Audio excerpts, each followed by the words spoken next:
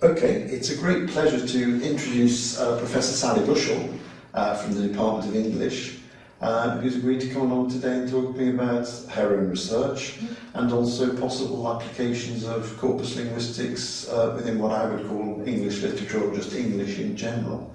Okay, hi Sally. Hello. Do you want to start maybe by talking about the areas in which you undertake research? I know that you do a lot of work on the Romantics. Yeah, my primary or sort of initial area of expertise is Romanticism. So late 18th century, late early 18th 19th century texts, and particularly the work of William Wordsworth, who of course wrote and lived in the Lake District, so which is just north of here. Just north of here, which makes Lancaster a really good place for me. And in fact, a lot of the manuscripts are also held in the Lake District, unusually. And I do a lot of work on Wordsworth's manuscripts. So that's up at Dove Cottage, is it? Up at Dove Cottage, yeah. Great. So manuscripts, text. Yes. I suppose we're on the border territory between the study of literature, what we might call digital humanities, and also to some extent corpus linguistics with lots of words, though. Yeah, I mean, I think my research, and what I'm sure every researcher finds, is that you're sort of working out what you're interested in through doing it. And for me, what's kind of emerged is that there are key things I'm interested in, but I'm also interested in connecting those things. So manuscripts certainly, and where meaning is held and how we fully respond to that meaning.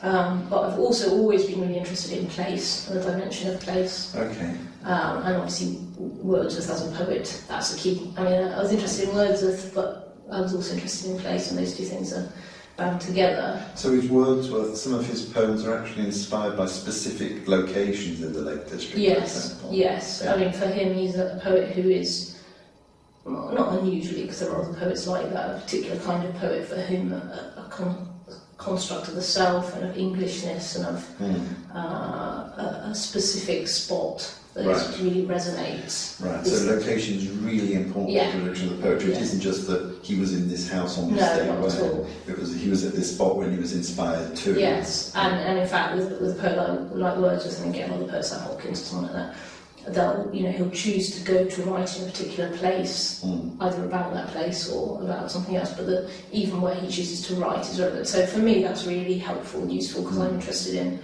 the manuscripts, but also the process and the place, and so for Wordsworth those things triangulate really easily. I guess not a lot of people would think about that you've got the text, the sort of artefact itself that you might buy in a reproduced form in a shop, but then you have the original manuscript itself, which might hold some meaning, and also then you have physical locations in which you can contextualise the production of that manuscript. So it suddenly takes a volume of Wordsworth off the shelf in a bookshop. Sort of behind it is this sort of, or beneath it, is this hidden iceberg of production, which is location, his life experiences, mode of production, all sorts of things. And so something that makes my research quite distinctive or original in lots of ways is that I'm bringing those different perspectives into contact with each other in a way that other people don't tend to do. So, and that's because it happens that for me I'm able to work in different ways, which again many people aren't able to do. So I was an editor, and so I'm a very editorial, sort of rigorous attention to detail, and just naturally seem to have that. But then I was also a critic before I was an editor, so I read as a literary. So I read both as a critic and an editor, and as someone with a kind of almost geographic sense, a spatial sense of the text. Right. So a lot of my research for me I've only kind of realised this, so it's taken a while to realise that, but bringing those things together is what really interests me. And is the digital helpful in that process? Yeah, so the digital, I explored some of that on a website from Goslar to Grasmere. We'll make sure we give the URL for that on the website. Sure. And that site was about sort of kind of trying some of those ideas out and trying to make those materials accessible to other people, and to people who might not know what to do with the manuscript page and so on. So that was my first sort of foray into the digital.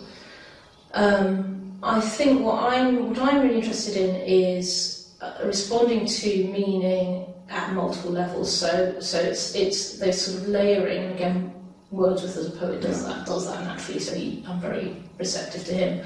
But that layering of the physical writing of the poem, you have a page, the writing that poem in a particular place which is significant, the multiple versions of that poem, which are kind of building up as layers. But also the kind of spatialization of the text. So, for example, I would argue that we read a manuscript text, just in physical terms, very differently from how we read a published text. Yes. So the eye is moving around the page and having to do different things. I'm really interested in that. So that concept of sort of multiple layers, I think, has great potential for digital thinking about how we present materials digitally. Yeah.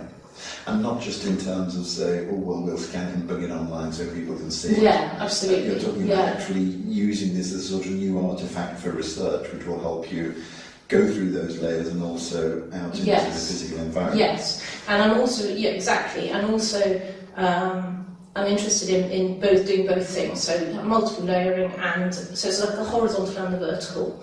And I've just started doing some thinking about that because I attended the conference that Ian Gregory ran on digital humanities. Great. Well, Ian Gregory, of course, will be doing one of these in conversations also, and you'll hear more about his work on this course. Yeah, so good. Yeah. So at that event, David Bodenham was talking about what he calls deep mapping, and that idea seemed to correspond. So to try and open up digital materials. Although it's a very loose concept as he's currently defined it, deep mapping, but that I could see how that had both an editorial and a literary dimension. You could approach it in that way. Yes. And I guess that might relate almost more directly to a corpus, or the idea of kind of corpus linguistics in terms of how one is using the bodies of text. So again, from a literary point of view, that process at the moment is quite limited in what it can do, or it just looks like, to me anyway, like text mining. Whereas what I would be very interested in, is taking that forward and starting to think about how can you use some of these digital models to offer a more qualitative response to the text. So one of the problems with text mining, or the way maybe the way I understand reports work, which may not be accurate, is that it almost takes the reader out of the text. The text just becomes a data set. And I noticed that at the prompt before. The data, and I say, they are texts, texts.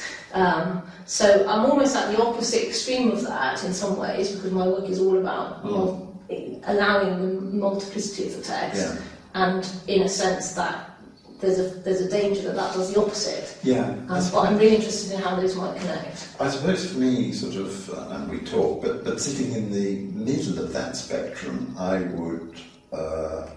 I'm generally not in favour of wholly automated approaches to analysing textual data. You take away the analyst. Fine if the technology can support it, but my own view at the moment is it generally can't, and you can get mistakes that an analyst would spot very quickly. So you need to find some way of allowing the analyst to interact with the data through these tools in order to bring out the types of insights that you're talking about. So I'm right there with you in saying that you can't take the analyst out of it, and actually the text mining side of it might be the beginning of a journey, but the true process of analysis is that rich and, I always say, cyclical interaction between the texts themselves and the analyst viewing the text through the lens, if you like, we can call it a package or some other type of system, but it has to sort of be a continuous flow through your sort of overarching analysis, back to close reading, back to overarching analysis, contextualise and understand that very broad meaning. But of course the really exciting thing, amongst many other things, about your work is that you then link out to place, and I found that a fascinating way of looking at textual data sometimes. So the work you've been doing or thinking of doing with Ian on GIS and place name mention in Wordsworth, etc. Do you maybe want to talk about that a little? Yes, I mean, in a way, I think that's, especially within a digital context, that's almost the problematic area, is returning from the text or from mining to analysis and somehow going back out into the world. That's the area that I think has a lot of potential that hasn't been fully explored yet. So I think there are ways you could do that, and again, the deep mapping model is pointing towards that through, say, images, or what would interest me would be a kind of model of full digital annotation, which is totally unexplored as far as I'm aware, where you might fully use that medium to re-engage the text with the landscape or with the places that it's written about or that it's written in through, I mean, obviously you could do that through annotated, which would give you kind of visual annotation, images of the picturesque or of the Lake District at the same time, or and again you could just go on linking out through to the manuscripts and different earlier versions of that text. I mean, the potential for sort of a massive structure of digital annotation is huge. Which you could easily traverse nowadays, of course, with links and whatnot. Yeah, easily. Yes, exactly. And so in a way, to me, it's astonishing that no one has done that. Although it would also be a huge amount of work, of course. And I guess you could also then use exactly that same material in another way on the ground. So you could use your handheld devices and have those. One thing I talked about with Ian a long time ago was a kind of idea of a virtual Lake District and having kind of hotspots, literary hotspots, where you would go to that site and your iPhone would tell you about and it would give you again those sort of layers of meaning that site holds. That's fascinating. I suppose some of the more, I'll use the word mundane for want of a better word, features of corpus linguistics, of course, have been used to some extent in literary scholarship for a long time and in the pre-computer age. So the idea of a concordance, for example, doesn't knock over your average literary scholar because there were concordances of Shakespeare long before the computer. So in some ways, of course, the deployment of corpus approaches within literary studies is a refreshing of a method rather than the creation of one. Would you agree? Yes, I mean, I think it's interesting you mentioned concordances, because there is a word with concordance and I use it quite a lot, but actually I know very few other people seem to do that, and it's quite early, like 1950 or something. So this is in printed form? It is now just, there's an electronic version which I just discovered. It's quite useful. And I often will do that as a first starting point if I'm working on paths. For example, I was doing a paper on pathways, and look where do they occur in this poetry? Are there different uses? And that actually really helps me as a way in. So again, I guess I would say yes, and that's something that just having the electronic version would just seem like a very first step, but that's got massive potential. To be sort of fully activated and made. Again, it could be visualised in all kinds of ways as well, or mapped. I'm also interested in how you digitally map different textual spaces. We should look at Wordsworth collocations at some point. For each path, what words are associated with it. Yeah, exactly. There's so much you could do. That's great. Well, thanks very much, Sally. That's been a really interesting conversation. Great. And thank you for giving the time to come here today and have this conversation with me. Thanks.